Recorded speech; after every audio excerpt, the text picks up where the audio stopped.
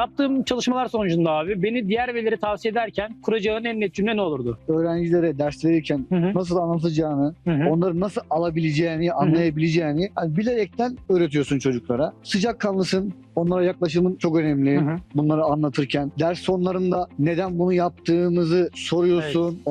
Onlardan bunu anladığını, hani onların neden yaptığını bildiğini duymadan bırakmıyorsun. Bir kere onların neyi nasıl yaptığını anlamalarını çok istiyorsun. Anladıklarına emin olmaya çalışıyorum Tabii aslında. ki. Evet. Aynen. Bir Çok sonraki önemli. çalışmaya geçebiliyorum aslında. Her Tabii. sonrasında sen de görebiliyorsun bunu. Farklı farklı çalışma yapmam için aslında her gün aynı çalışmayı da yapabilirim ama anlayabiliyor. Anlayamazsak tekrar o çalışmayı onu toparlamam lazım. Abi sence benimle çalışmanın en büyük artısı ne oldu? Senin çok olgun birisi Hı hı. olduğunu gördüm ben yaşına göre. Senin yaşında çoğu insan bunları başaramaz. Şimdiki gençlere bakıyoruz çok lay lay lom. Hı hı. Ama sen gerçekten kişiliği oturmuş birisin. Hı hı. Benim gördüğüm, tanıdığım kadarıyla. Çocuklar üzerinde de bu çok etkili oluyor. Benim gözümde okeysin ya.